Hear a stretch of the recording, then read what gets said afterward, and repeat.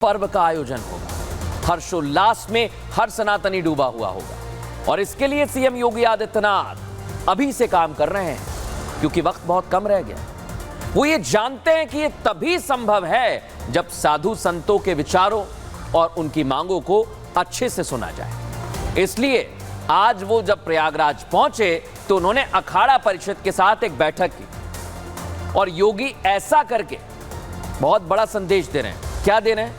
कि सबको साथ लेकर चल रहे हैं, क्योंकि महाकुंभ की शान ही अलग अलग अखाड़ों के साधु संत और बाबा होते हैं, लेकिन सबको साथ लेकर चलना है और यही संदेश योगी आदित्यनाथ दे रहे हैं। दर्शकों, क्या कह रहे हैं योगी आदित्यनाथ, ये अब आपको सुनवाता हूं। संतों के साथ बातचीत हुई है, बैठक हुई है और सभी लोग बहुत सकारात्मक भाव के साथ कुंभ के साथ जुड़ेंगे। देखिए, प्रशासन और शासन की व्यवस्था एक नैतिक व्यवस्था के साथ जुड़ी है।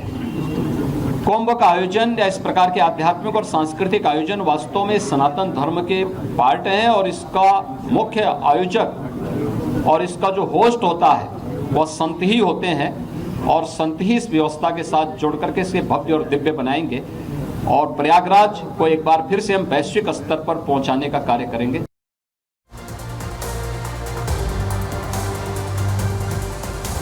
सुना आपने दर्शकों, योगी आदित्यनाथ कह रहे हैं कि इस बार कुंभ सबसे अलग होगा और इस पर काम भी शुरू हो चुका है। इसकी शुरुआत हो चुकी है। दर्शकों, योगी सभी अखाड़ों के साथ मंथन कर रहे हैं।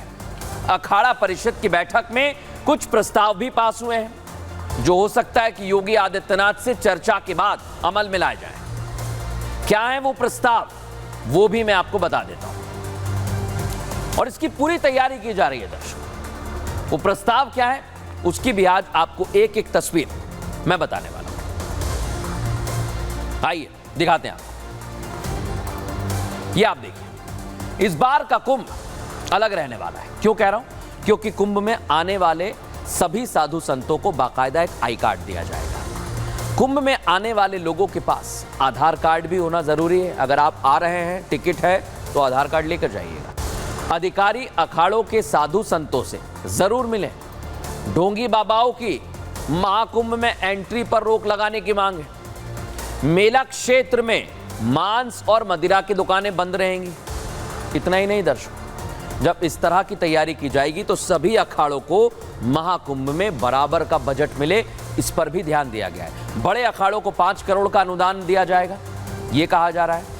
गाय को राष्ट्र गौ माता का दर्जा दिया जाए। महाराष्ट्र में तो हो गया है, अब देश भर में मांग उठ रही है और इसी तरह की मांग जब कुंभ में रखी जा रही है तो कहा जा रहा है कि इस बार का कुंभ भव्य और दिव्य से भी आगे बढ़ने वाला है। लेकिन दर्शकों, 2019 में आपने कुंभ देखा था भव्य और दिव्य।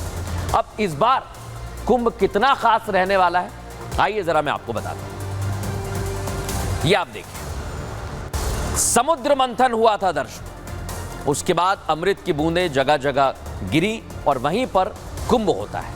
लेकिन यहां जो आप देख रहे हैं समुद्र मंथन, इससे अब हाईटेक कुंभ तक की बात हो गई है। कई युग बदल गए दर्शकों, लेकिन यहां समुद्र मंथन में जब कुंभ की शुरुआत हुई, अब वो हाईटेक कुंभ तक आ गया है। लेकिन ये हाईटेक कुंभ क्या है दर्शकों, इसकी आज हम एक्स्ट्रा रिपोर्ट आपके लिए लेकर आए और इसकी एक एक तस्वीर, एक एक जानकारी आज आपको देंगे, क्योंकि कुछ ही दिन बचे हैं। बार बार मैं कह रहा हूं इस बात को दर्शकों। और मुख्यमंत्री योगी आदित्यनाथ इसीलिए आज प्रयागराज पहुंचे हुए थे, तो दृढ़ संकल्प और निष्ठा के साथ पहुंचे। महाकुंभ की तैयारियों पर सीएम योगी ने अपने हाथ में कमान ले रखी है और अगले साल यानी जनवरी में महाकुंभ आने वाला है। कोई भी कोताही नहीं बरतनी चाहिए, ये कह रहे हैं वो चाहते हैं कि महाकुंभ में पहुंचने वाले किसी भी साधु संत और श्रद्धालु को कोई परेशानी ना हो। कदम कदम पर हर सनातनी पृथ्वी के सबसे बड़े मेले का, सबसे बड़े सांस्कृतिक मेले का आनंद उठाए। दर्शकों, सनातनी आस्था की डुबकी लगाए, इसलिए वो महाकुंभ से जुड़ी हर छोटी से छोटी चीज पर खुद नजर बना रहे हैं, निर्णय ले रहे हैं और ये संदेश उन्होंने आज प्रयागराज पहुंचकर दोहराया। कैसे वो सबकी सुविधा में जुटे हुए हैं ये मैं आपको आगे सुनवाऊंगा, लेकिन उससे पहले देखिए कैसे ये कुंभ हाईटेक होने वाला है, सबसे अलग होने वाला है। और बड़ी बात यही है, जब हाईटेक कुंभ की बात है तो उसमें पूरी तरह से तैयारी की जा रही है दर्शकों। क्या तैयारी, आइए आपको जल्दी से बता देता हूं, फिर बताऊंगा योगी आदित्यनाथ क्या कह रहे हैं, साधु संत क्या कह रहे हैं। ये आप देखिए, जो कुंभ है यहां से शुरू हुआ और अब हाईटेक तक सफर तय कर लिया। महाकुंभ के लिए 6000 करोड़ की परियोजनाओं पर काम चल रहा है दर्शकों। महाकुंभ के दौरान 550 शटल बस सेवा शुरू की जाएगी। इनमें 200 ई बस होंगी और 350 बस यूपी रोडवेज की होने वाली है। 7000 बसें मेला परिसर में लगाई जाएंगी। इतना बड़ा क्षेत्र होगा, सोचिए जरा। जनवरी से ये बस शटल की तरह चलने लगेंगी, सुविधा मिलेगी इसकी। महाकुंभ से पहले रोडवेज बसों में बड़ा बदलाव किया जाएगा, सुधार भी किया जाएगा। सभी बसों में यात्रियों की सुरक्षा के लिए पैनिक बटन लगाए जाएंगे। कोई भी दिक्कत हो आप बटन दबा दीजिए। लाल पैनिक बटन का जो लगाया जाएगा वो बस की हर सीट के ऊपर रहेगा दर्शकों। और यह भी बता दूं, रेलवे महाकुंभ के लिए 154 स्पेशल ट्रेन चलाएगा जो देश भर के राज्यों को जोड़ेगी। रूट पर 110 किलोमीटर प्रति घंटे की रफ्तार से ट्रेनें संचालित की जाएंगी, इसलिए कहा जा रहा है हाईटेक। संगम स्नान के बाद अयोध्या काशी जाने के लिए भी इंतजाम है, क्योंकि आप जा रहे हैं तो एक बार सारे तीर्थ कर लीजिए। प्रयागराज से अयोध्या जाने के लिए रेल रूट भी निर्धारित किए गए हैं। प्रयागराज जंक्शन पर फुट ओवर ब्रिज बनाया जा रहा है ताकि यात्रियों को कोई समस्या ना हो।